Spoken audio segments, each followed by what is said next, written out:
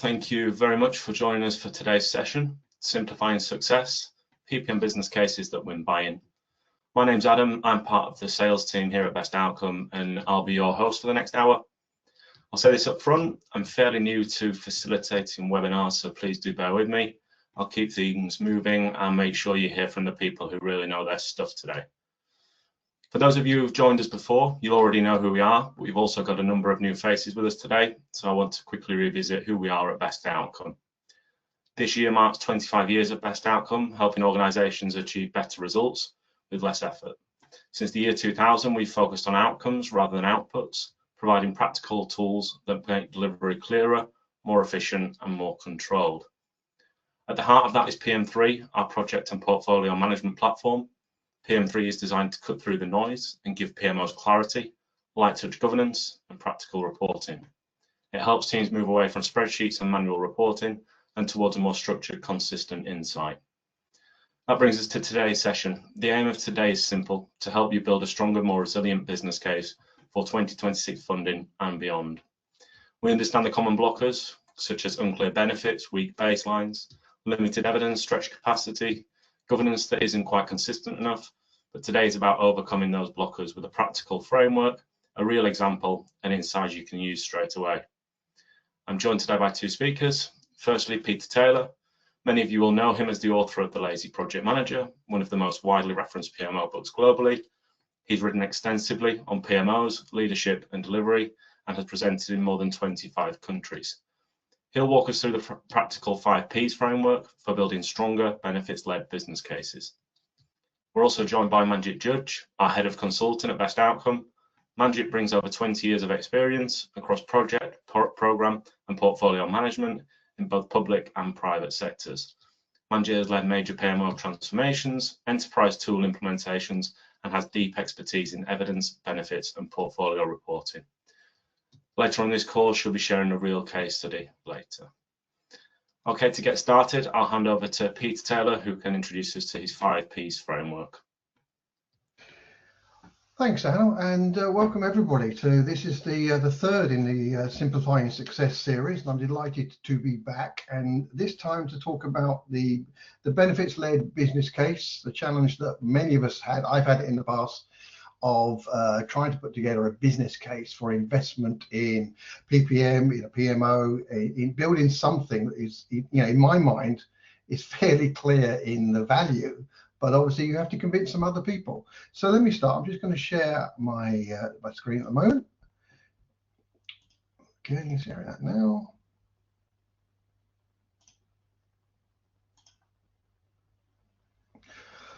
Okay, so hopefully you can see that. Adam, if you can just confirm it's appeared on the screen, that would be appreciated. Yes, that's appeared. Thanks, Peter. Thank you for that. It's always good to know that. Right, the benefits-led business case. This is a time of year, I think, where I'm a grandparent, and my grandchildren are, I know, currently working on significant arguments for why they should have certain gifts at the Christmas period. They are skilled in the art of benefits arguments, I feel, but when it comes to business, it's not always as simple as that. You've got to put together an argument that brings forward the value of the financial investment, the potential disruption to the business to create this, the new direction you want to go in. It's not a simple thing at all. And so I want to share with you, to begin with, some of the top reasons, when you go out there and you do some research, some of the top reasons why a PPM business case often gets challenged. So let's imagine you're in a situation, you've done a huge amount of work, you've put together what you think is a brilliant argument as to why the investment should take place, and then you get the pushback, you get the arguments, you get the counter. People say nice things perhaps to begin with, but then there comes the, oh yeah, we're not quite sure that this is the right thing to do. We're not quite sure this is the right time to do it. We're not quite sure this is where the business should be spending its money at this point in time. And why is that? Well, let's just quickly look at some of these ones, and perhaps you recognize some of these. First of all, there is this weak strategic alignment. You put together something that doesn't connect directly with what the organization that you work for is intending to do, the strategic statements. Every organization has these. They usually extensively broadcast and shared so that everybody tries to understand what the business is trying to do over the coming months, coming years sometimes. And whatever it is that you intend to do, anything, from an investment through to a project, to a program, to a PMO, to a PPM investment, any of these things requires a very strong connection to the strategic argument. How is this going to help the business deliver what the business intends to deliver? So if that is not a very strong connection, that's the very first point of failure, and probably the most common one.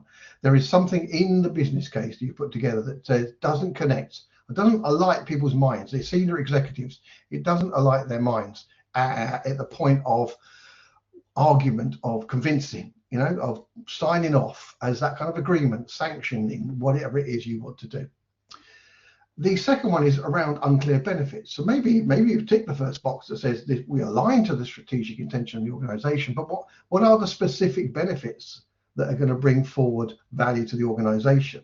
This could be a single benefit or multiple benefits, but if they're not clearly defined, then they become a problem. Then there's the poor financial justification. Now here, it's a matter of actually identifying the return on investment that's expected. What is this going to do once you invest in this time and this money, and the business case gets signed off? What is the benefit to the organization from a financial point of view, not just the kind of business benefits? How are you going to how's the business going to see a return on investment, and at what scale? We all know when something is signed off, you typically have to have a kind of 4-to-1 ratio for it to be truly considered. You invest £1,000, you want to get £4,000 back. You invest $1 million, you want to get $4 million back. That's kind of a fairly standard model. Then there's the lack of stakeholder buy-in. This is all part of it. If the stakeholders buy into what you want to do, if they see that you are strategically aligned, if they see that there are benefits that will help them in their part of what is their responsibility in the business, they will have buy-in if they see strong financial justification. You've got to get that. Without stakeholder buy-in, you're going nowhere. And then there's the undefined plan. How are you going to do all of this? And I want to share with you a model that I developed over the years. And I refer to it as the balanced PMO. And it's balanced because you balance a number of factors. And we start with the 5 Ps. This is the heart of it. It's about people and process. It's about performance and promotion. It's about the project management technology systems that you are using. Now, if you think about people and process, here's the first point of balance. If you focus so much on people and you focus very little on process, then what you've got often is a very soft, loose, ill-disciplined, low-level governance type PMO. But equally, if you go the other extreme, if you focus totally on process and forget about the people, then what you have is it's pretty much an unpleasant PMO. It's a PMO where it's all about ticking boxes. It's all about the discipline of the process itself. It's nothing to do with the people, the individuals that contribute towards it. So the first balancing point, I think, is getting that right balance between people and process. And then there is the performance of the PMO, of the PPM tool itself, the performance of the projects and the programs, the performance of the people inside and outside the PMO. It's tracking the progress here to demonstrate. We're going back to the business case. It's back to are we progressing towards delivery of the benefits? Are we progressing towards the financial return on the investment? The fourth is promotion. The promotion is really around, talking about the great things that are going on. This is really at the heart of it, is connecting to your stakeholders, making sure they understand the work that's going on, the value that's been delivered, the ongoing value, and the future plans to deliver value in the future. All of this comes together in the art of promotion. And then the 5th P is your project management or program management or portfolio management, information systems, technology, however you want to describe it. Now, don't get hung up on the terminology I'm using, these 5 terms: people, process, performance, promotion, and the PMIS. You can change this. Nothing is fixed. But the point about it is it brings a balance to what's going on. It brings in your mind, how do you make sure that you're not focusing too much in the wrong area? Now below the 5 Ps, you can see I built some bricks into this. Now the first thing is, and I'm just going to give you, this is just an example. You know, this is not a template that you copy. You take the 5 Ps, customize them if you so wish, but then below that you put in the bricks, if you like, or the building blocks for each of these areas. And this is just an example of one generic company. And when it came to people, for example, what was really important to this particular company was the skills of the people they've got, the project and program managers. They were growing, they therefore need to hire new project and program managers. If they hired them, they had to onboard them, and they wanted to onboard them as quickly as possible. And equally, you don't want to keep them as long as possible. Therefore, there was a career path. Yeah, you kind of see where this is going. Under process, they wanted to have a standard, globalized methodology. They had regional methodologies at the point I became involved in the company and worked with them. They didn't have a repository of knowledge, for example. They wanted one way of working. They wanted to keep it simple, but it had to be scalable. So these are the bricks. So my guidance here is, look, take your own world and build your own bricks. You know, there may be 1 or 2 under each of these headings, or there could be 5 or 6. Don't have too many, is my advice. Under performance, you can see there, we've got a global perspective. CSAT is customer satisfaction. That was really important to this particular company. They wanted to have strong engagement in everything it was doing. They wanted to profile the projects they're working on, and they wanted to build a portfolio dashboard, have that kind of broad, open sharing of knowledge of how all of the change, all of the initiatives were progressing. And under promotion there was promotion in a number of areas. The PMO itself recognized that you need to have an identity there, but there was a lot of work done. And here, you know, don't be afraid to reach out to your marketing department here. They can definitely help you. But there was creation of a brand, a creation of an image of what this particular PMO was all about. The reason that was so important to this company was they'd had a PMO in the past. It wasn't successful. It was way too focused on process. It was not seen as a good thing. It wasn't loved, that's for sure. And as a result of that, there had to be a kind of a re-promotion, a re-presentation, a new representation of the PMO, and therefore brand and image was really critical. But equally, as part of the kind of what they wanted to do, they wanted to build a strong global community of the project management community, but beyond that as well, the wider stakeholders. They needed to do some marketing of what they did. In this particular company, the PMO represented project activity inside the organization and outside, client facing. And they also wanted to have and build success stories, because the success stories were one of the major representations of value in the world and the work that they did. And then finally, the 5th P here was they wanted to have a roadmap of where they wanted to go with technology. This particular PMO at the point of time, they were using the fairly basic office tools and technology. There was nothing clever happening there. They wanted to have a roadmap towards progression. But they particularly wanted to understand they want to have clarity of what it is they really needed to become successful in the other areas, in the people, and in the process and performance and the promotion. What technology did they need? And then that naturally led to the investment in a PPM tool.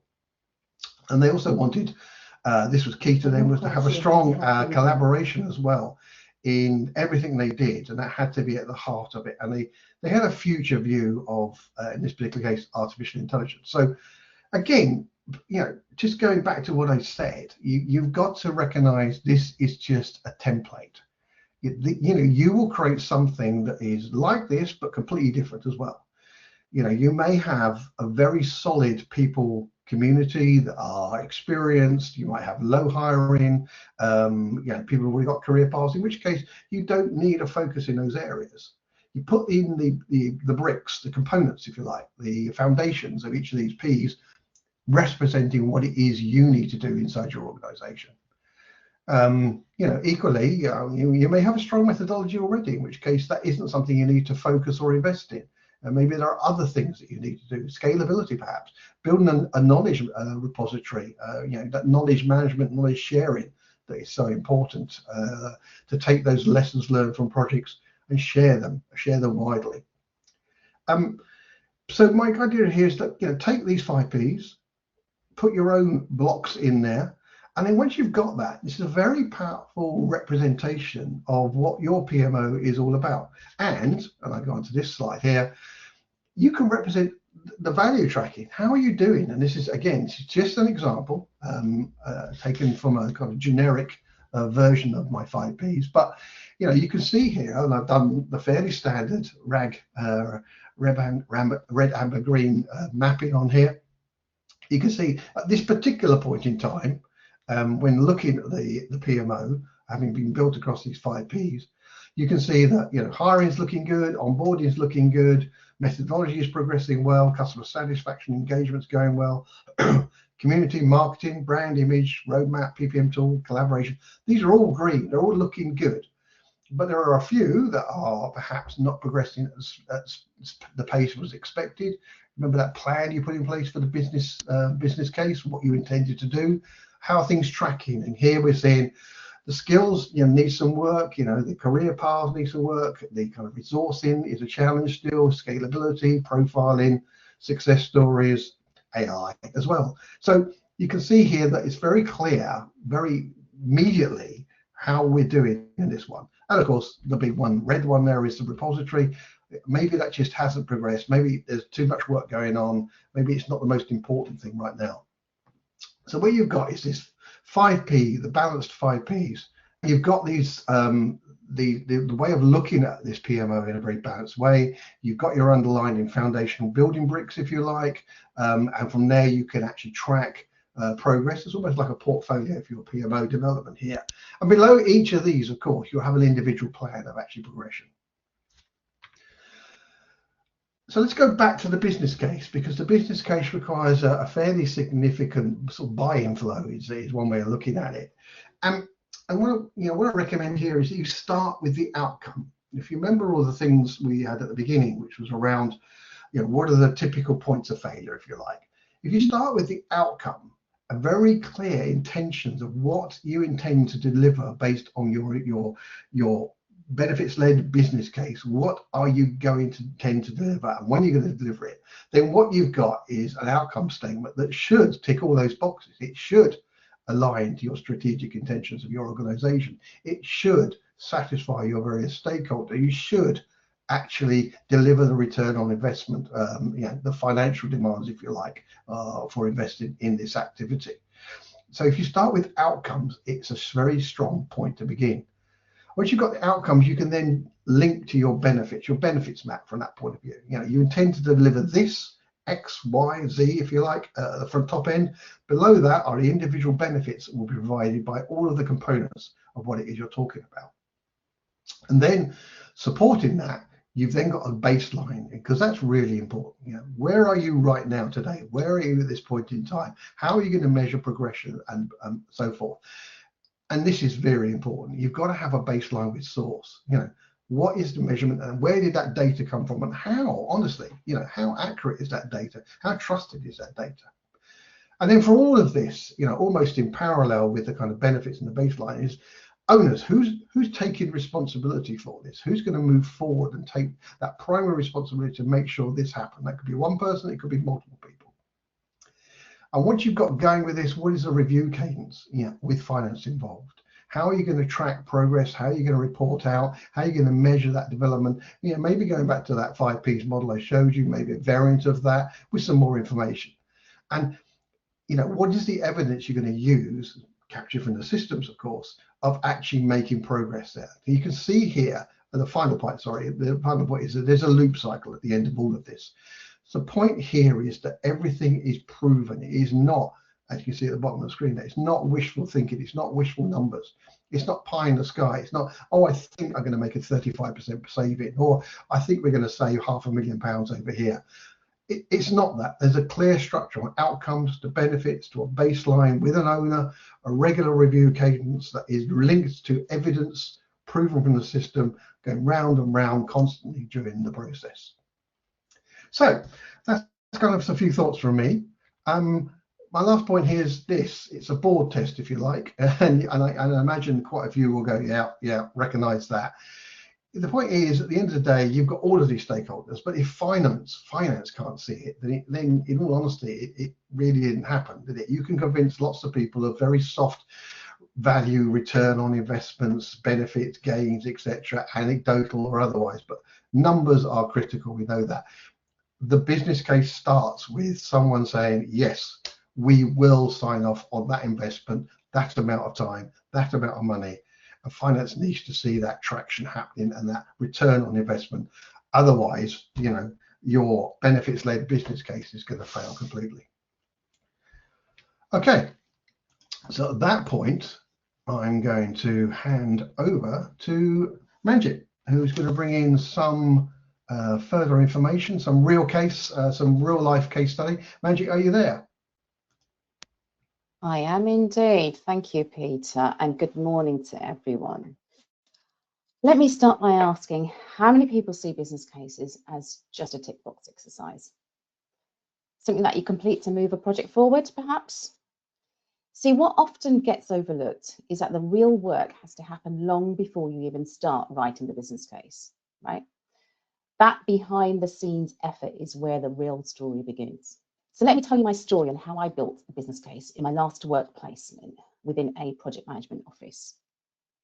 When I first started building the business case, I realized that getting approval wasn't just about spreadsheets or efficiency metrics. It was really about making the invisible visible, shining a light on all the work PMO was already doing behind the scenes, and showing how automation could turn that hidden effort into visible and measurable value. And looking back, the 5 themes that Peter's just taken us through really helped me create a clear narrative, one that linked the PMO's operational challenges directly to the organization's strategic goals. So you may be asking why visibility and automation mattered. Well, they're the bridge that transforms the PMO from being seen as a reactive support function that's always chasing updates and firefighting, to becoming a proactive strategic enabler that drives real outcomes across the business. So when I first joined the PMO, things were, well, a bit messy and chaotic, should I say. Some of the tools we'd relied on had just been decommissioned. So overnight, we were back to spreadsheets and manual processes. I naturally, as you can imagine, became an automator, the person trying to make sense of it all. I built reports, pulled data together, and tried to create that elusive single version of the truth that we all want to see. But the reality was, most of that lived in my head. It was constantly changing, hard to keep track of, and needless to say, invisible to everyone. Project teams were overloaded, processes were inconsistent, and overall performance was really difficult to measure. Meanwhile, the leadership team kept asking the same questions we couldn't answer quickly. Where's the status? What are the risks? What are we approving? Will we deliver on time? Do we have enough resource? And that constant pressure to provide clarity quickly without the right tools became the spark that pushed me to start building a proper business case for change.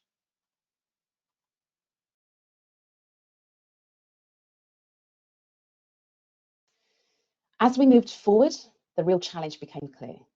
The PMO was spending an incredible amount of time just proving its value. Every week felt like a campaign, producing reports, promoting our work, and justifying our existence. It wasn't that we weren't adding value. We were. But the effort to show that value was constant. It was manual and frankly unsustainable. We even tried to build our own in-house solution to fill the gaps. This was a great achievement, by the way, but it still didn't meet everyone's needs. Projects were still being approved without clear alignment to strategy. Reports were outdated almost as soon as they were published. And resourcing, well, it felt like a constant battle, reacting and not planning. From the outside, it started to look like the PMO was just a team of data gatherers, rather than the strategic partner that we knew that we could be. And this was the turning point. It made me realize we didn't just need a better process, we needed a system that could support operational efficiency and elevate the PMO's role in strategic planning and execution. And that's where the business case really began to take shape.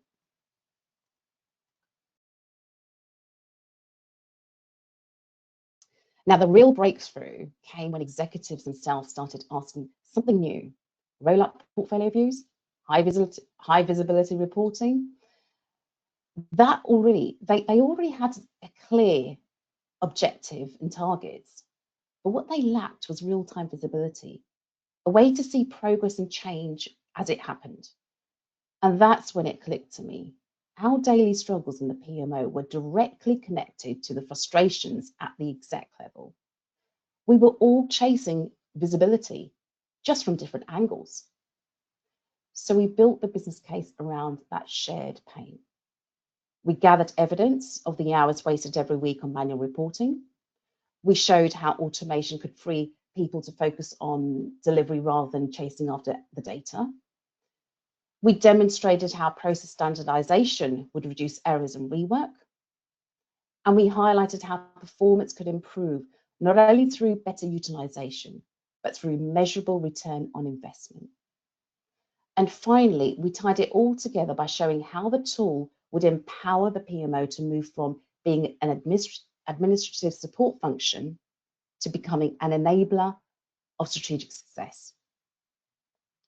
In other words, this business case wasn't just built on data. It was built on empathy and alignment, connecting what the PMO needed with what the business cared most about. That's what made it resonate with decision makers. Now, I'm pleased to say the business case was approved, and from there, we rolled out the tool in carefully planned phases. For the people, it meant our project managers were finally freed from admin tasks and could focus on what they did best, delivering projects and creating impact. For processes, we gained true consistency. Reporting became reliable, repeatable, and comparable across teams. No more version chaos or last-minute scrambles. And for performance, executives finally got what they'd been asking for: clear, high visibility dashboards that provided real-time insights into progress, risks, and outcomes. And perhaps most importantly for the PMO, everything did change. We were no longer spending our energy proving our existence. Instead, we were recognized as a partner, a strategic partner. The tool didn't just improve efficiency, it elevated our position in the organization. It gave us the visibility and credibility to contribute directly to strategic planning and decision making. And that shift from admin support to strategic enabler was the real success story behind the implementation and realizing the benefits from the business case.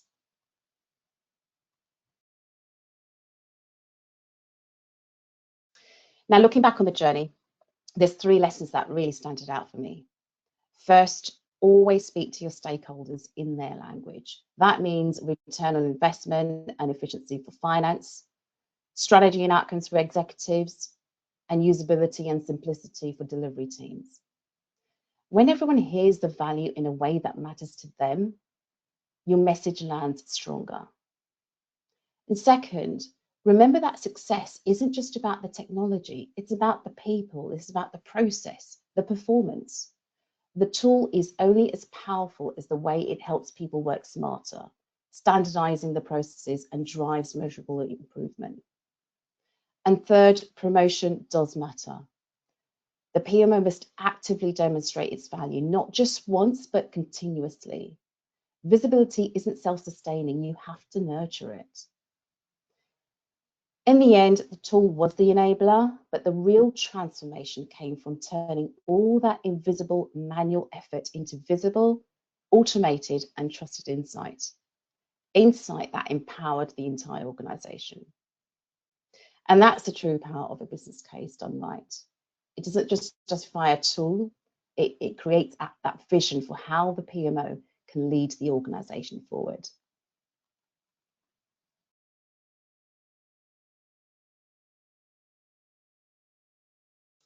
Adam, I think it's back to you now. Thank you, Manjit. Yes, you may or may not have seen that throughout these talks on our background, we have a Menti code. What I'll do now is I'll bring that up on my screen. It's your turn now to do the talking, and we'll bring Peace from Manjit back in We'll give people some time to join, and then we can ask the 2 questions that we're going to go out to the poll, and we can answer those. So as you can see there, the first question is, where is your 2026 focus to strengthen business case? And you can see you've got 5 different options there. So people, process, performance, promotion, or PPM. It's a fairly good split there, with performance, process, and people really taking up the majority. Okay. The second question here is the biggest blocker to a credible business case. So again, same number of options: ownership, sponsorship, time frame, capacity, evidence, baselines, budget, and benefits definition. So what I'll do is I'll bring Peter and Manjit back in. No landslide victories there. Okay, perfect. There was very, very mixed answers there and no landslide victories as we found. I guess we'll jump in straight back to you, Peter, there. So the first question that you had was biggest blocker to a credible business case. Now, ultimately, from that one, benefits definition came out on top, but there was others in there. Can you maybe give us an idea of what evidence we could potentially help, what benefits we could help organisations with, and what they can take without adding lots of admin or over-engineering to the whole thing in when they're building a business case? Yeah, I mean, I thought it was really interesting. I mean, by the fact that really, all of the answers were fairly equally responded to. It says people have a problem and people want some guidance. They need some help. They almost kind of need a kind of structural definition of how to put all this together, because each component is a problem. It's a blocker. It's a challenge. So that was really interesting. But as you said, I mean, evidence is a tough one, really. In some organizations, it depends on the quality of your or the accessibility of your data inside your organization. If you're trying to prove something that everybody knows is a problem, your performance of your projects, your visibility of your projects, the status, the honest status of those projects. If you don't have an underlying system, then it's hard to go back, I would say, to kind of identify the proof points, apart from the fact of we don't know. And that's true in some organizations. We just don't know. I think I would say when it comes down to evidence, and this links very much to your critical stakeholders, is engage them in a conversation, engage them in a discussion about how do you think you would describe this? Can you help me construct a statement of the problem, of why this is an issue and why do we need to progress from it? That would be my touch point. And the other one, which was was just a bit at the top as well, was the benefits definition. I think you don't have to create these things on your own. I think is a key. To have a kind of guideline, a structure, a template is fantastic. To know what components you need to put into the business case, but engage with your current and your future your stakeholders and ask them for help to put this together. That would be my view on that one. Brilliant, thank you for that, Peter. And Manjit, the other question there was, where is your 2026 focus to strengthen business case? And if we can lean on your experience working within PMOs across multiple sectors, where can you provide some advice of the performance, the process, and the people really? Where would you give any tips or advice to people when they're trying to strengthen their business case? Yeah, it does go back to my experience as well as the 5 Ps that Peter's taken us through. I mean, the stats that the votes that the responses that we got there was quite heavily focused and balanced on the people, process, and the performance, and that was really good to see, because there needs to be that element of alignment. There was a low rate on the promotion side of things, and just going back to what Peter sort of went through in terms of his presentation around sort of like marketing and promoting your PMO is really one key factor in terms of how well you do your job.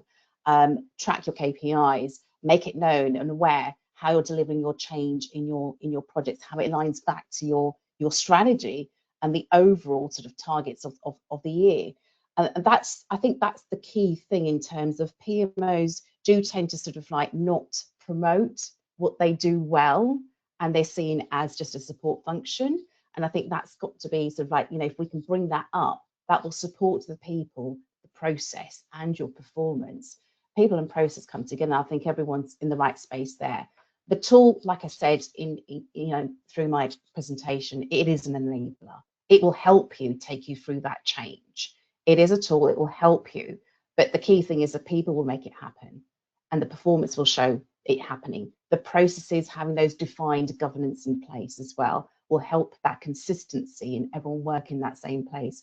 So the key thing that I would say is take people on that journey with you, make it known, tell them what you're doing, work with them, and then you will get there. Brilliant. Thank you both for that insight that you shared. We'll now move on to a couple of pre-submitted questions that came in prior to the webinar starting. The first one will stick with you, Manjit, if possible, because I think you'd be the best place to answer this. But one that came through was, what should a standard board-ready business case submission for CEO and finance include? And how would you keep the approval process simple? For example, a CEO and an FD sign-off. You happy to take that one?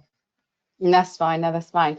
So if you're beginning to a business case for next year, I think the key thing I'd like to say is keep it simple and get alignment with your audience, first of all, from the start. So your CEO and your FD, absolutely. If you can't speak to them, if you're not at the board level, then speak to the people who do have regular meetings with them, who do have that regular conversation, whether it's the directors, the leadership team. Really align yourself with what their thinking is, and that's the key thing. Look at the aspects and focus on clear outcomes and benefits, and it goes back through sort of like, you know, looking at the outcomes first and then your benefits and then measuring those. Really put that out there, speak to the finance director, sit with them before you even thought about submitting that business case. Then at least they know what the numbers mean. They can see those forecasts and those trends, that return on investment as well. You really need to get that buy-in. Another aspect to it is, I would say, is use the same language as your board use. What are they used to talking about, and what words do they use? Use them, become familiar with it, because it makes it much easier for them to actually read through that business case, obviously after having those conversations with you. Remember, this CEO doesn't have a lot of time to read through documents, so make it really simple. In your high level sort of like exec summary, just put everything in there in terms of those outcomes and how you're going to meet that strategy that they've set for the year. On the other hand, the finance director, the CFO, does need to want to go into the detail. So give that detail, you know, give those numbers and those metrics as well, how they're going to see. But like I said, have those conversations. We will be giving a nice little pack to you, and I have printed this out in terms of follow-up to this session. This will give you a starting point, a guidance in terms of how to lay out the content of your business case. It will take you through how to use a pack. It will take you through that, but it does have a little business case canvas, one-pager, that will take you through sort of like, you know, the elements that Peter has talked about as well, and some templates to back the information up that you can include into your business case as well. So that will be coming your way, and hopefully that will give you some more guidance in terms of how to lay that out. Thank you, Manjit. It's a really interesting one, actually, Peter, and somebody's got in touch with us and said, looking ahead in 2 to 3 years, what will make PPM business cases more resilient under tighter budget scrutiny, and how can PMOs start to prepare now?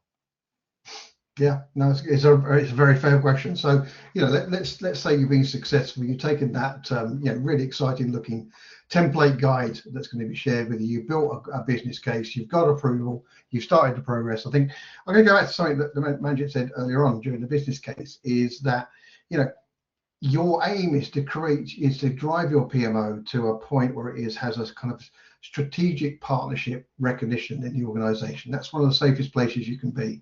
You know, the lower you are down the food chain, the more exposed PMOs often are. The higher up, the more connected you are to not necessarily creating strategy, but certainly being there at the early part and evaluating how strategy can be deployed inside the organization, then that's a strong place for a PMO to be.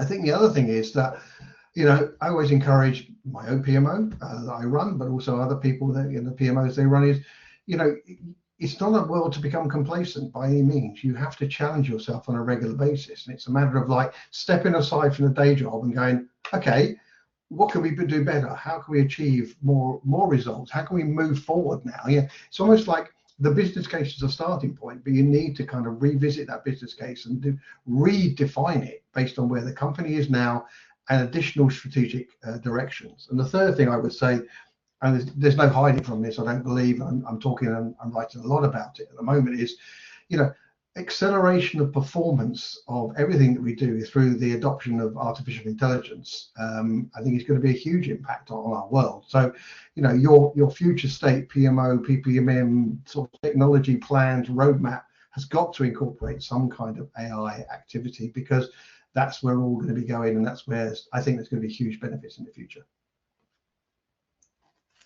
Brilliant, thank you, Peter.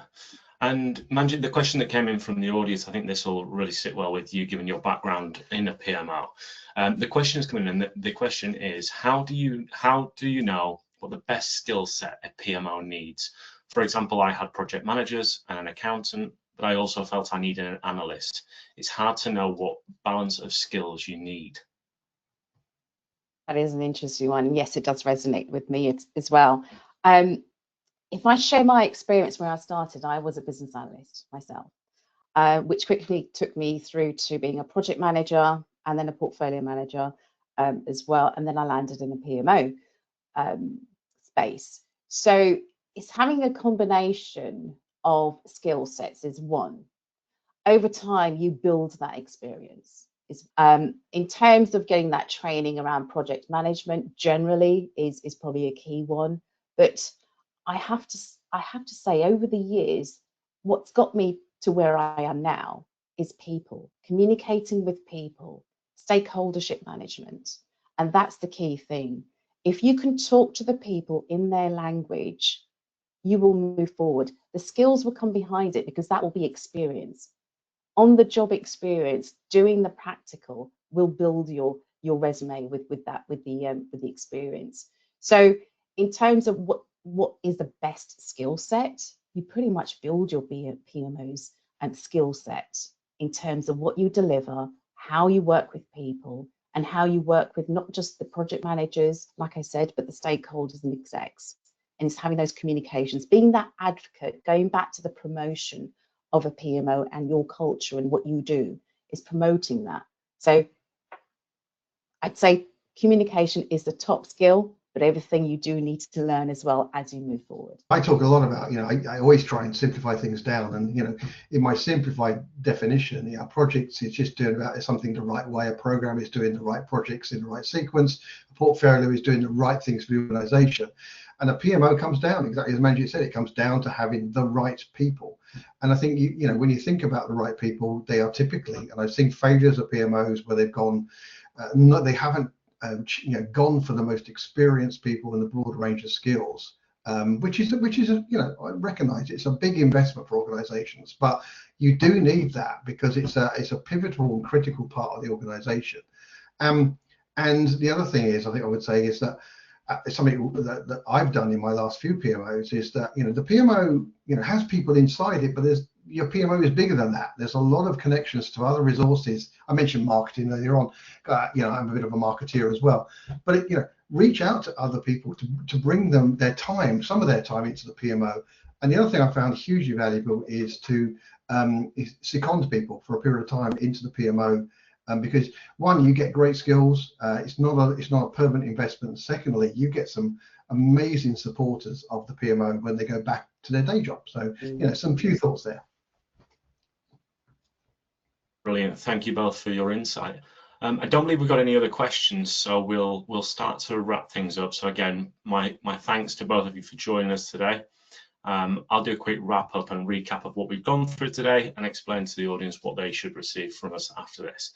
So to recap, to start with, Peter walked us through the 5 Ps framework, and Manjit then showed us how this lands in the real world with a genuine case study. We also explored some of your biggest blockers and the themes that came from the polls, and got Manjit and Peter's insights on how they could help. What you'll receive after this session today is the recording. You'll also receive the template pack that Manjit referenced whilst answering the first question. You'll get access to the Win Buy-in toolkit, and also the follow-up blog that expands on all of the concepts that we've discussed today. As a little thank you from BestOutcome, we'll be in touch with details of our Christmas present to you. This includes a chance to win a £250 voucher in time for Christmas if you join us for a discovery call and attend a PM3 demonstration. One attendee will also be in the draw, will win the draw to win Peter's book, and we'll be in touch with the details to the winner there. If anything today has resonated, whether that be visibility, evidence, reporting, benefits, or simply making life easier for the PMO, please feel free to reach out to us. We're always happy to help to continue the conversation. We also have assistance from myself and Manjit to help you create your business cases internally. Thank you again to everyone that's joined us. I wish you a great rest of the day and best of luck with your planning as you head into 2026.